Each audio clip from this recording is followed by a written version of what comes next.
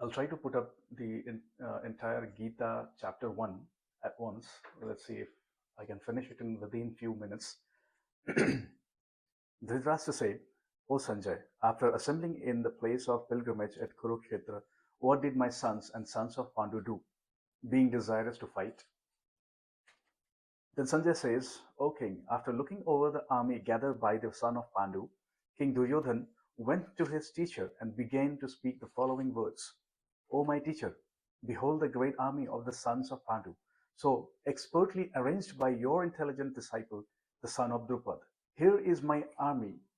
There are many heroic bowmen equal in fighting to Bhim and Arjun. There are also great fighters like Yuyudhan, Virat, and Drupad. They are, oh, sorry. There are also great heroic powerful fighters like Dhrishtaketu, Chakitan, Kasiraj, Purujit, Kuntibhoj, and Sabya. There are mighty Yuddhamanyu, the very powerful Uttamanyu, the son of Subhadra, and son of Draupadi. All these warriors are great chariot fighters. O best of the Brahman, for your information, let me tell you about the captains who are especially qualified to lead my military force.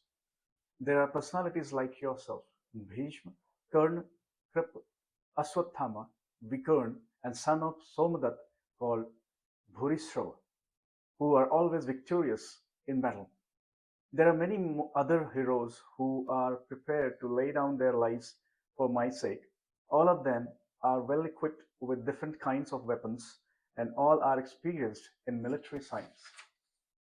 Our strength is immeasurable, and we are perfectly protected by grandfather Bhishma, whereas the strength of the Pandavas, carefully protected by Bhim, is limited.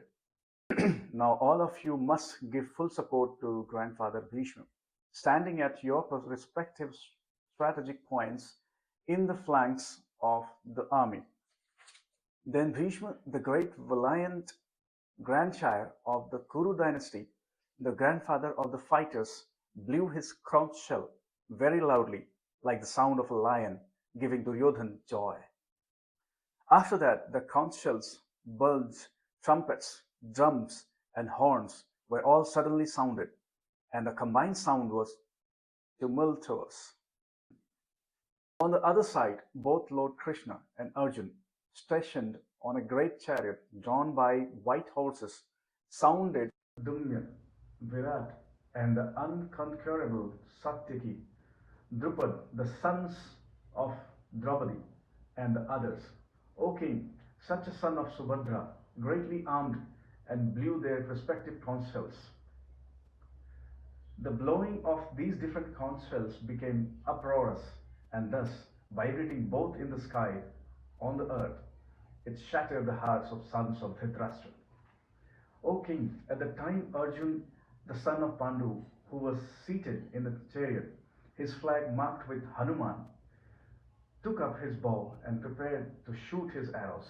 Looking at the sons of Dhritarashtra, O king Arjun then spoke to Krishna, Harikesa, Krishna, these words. Arjun said, O infallible one, please draw my chariot between the two armies so that I may see who is present here, who is desirous to fight, and with whom I must contend in this great battle attempt. Let me see those who have come here to fight, wishing to please the evil-minded son of Dhritarashtra.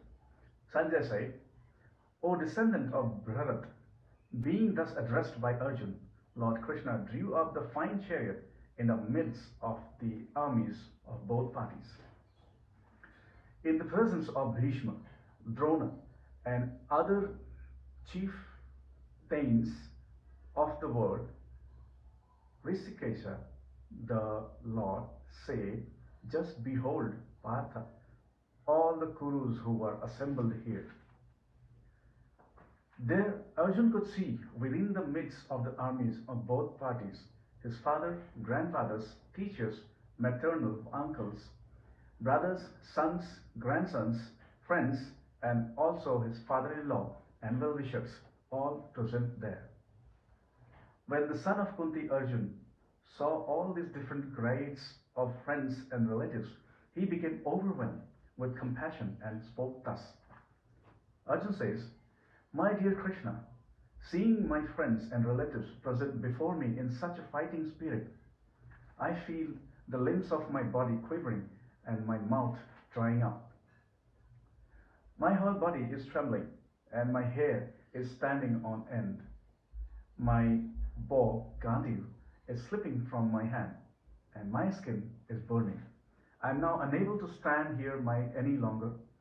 I am forgetting myself and my mind is reeling. I foresee only evil, O killer of the Kasi demon. I do not see how any good can come from killing my own kinsmen in this battle, nor can I, my dear Krishna, desire any subsequent victory, kingdom, or happiness. O Govinda, of what avail us? O Govinda, of what avail to us are kingdoms, happiness, or even life itself, when all those for whom we may desire them are now arrayed in this battlefield? O Madhusudan, when teachers, fathers, sons, grandfathers, maternal uncles, father-in-law, grandsons, brother-in-law, and all relatives are ready to give up their lives and properties, and all standing before me, then why should I wish to kill them? Though I may survive, O maintainer of all creatures, I am not prepared to fight with them even in exchange of all three worlds, let alone this earth. Sin will overcome us if we slay such aggression. Therefore, it is not proper for us to keep all the sons of Dhritarashtra and our friends.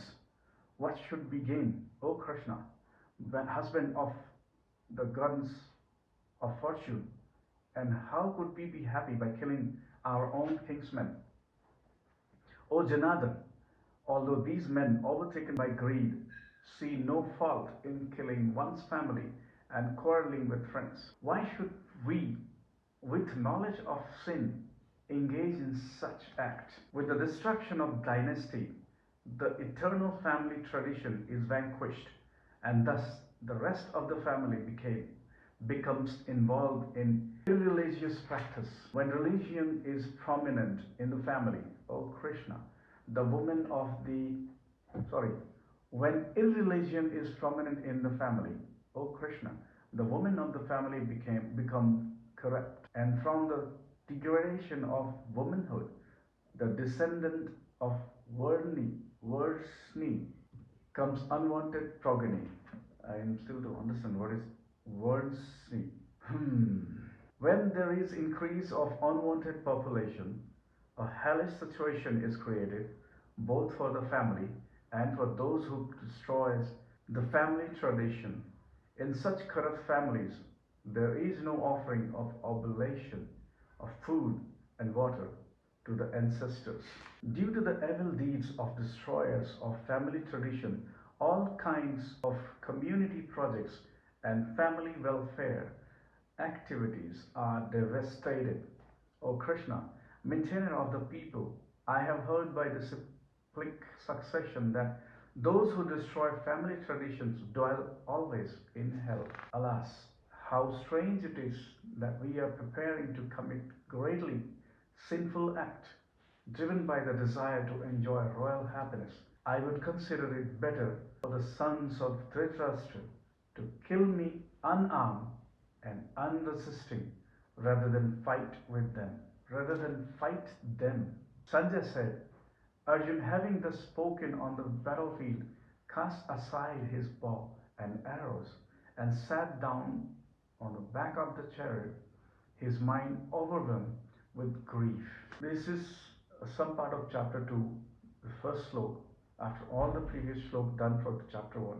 Seeing Arjun full of compassion and very sorrowful, his eyes brimming with tears, Madhusudan Krishna spoke the following words, and these will come on the next reel or a video. Till then, you can replay this and forget my mistakes of pronunciation and everything which has gone through. Because to understand Geeta, you need to understand the reader as well.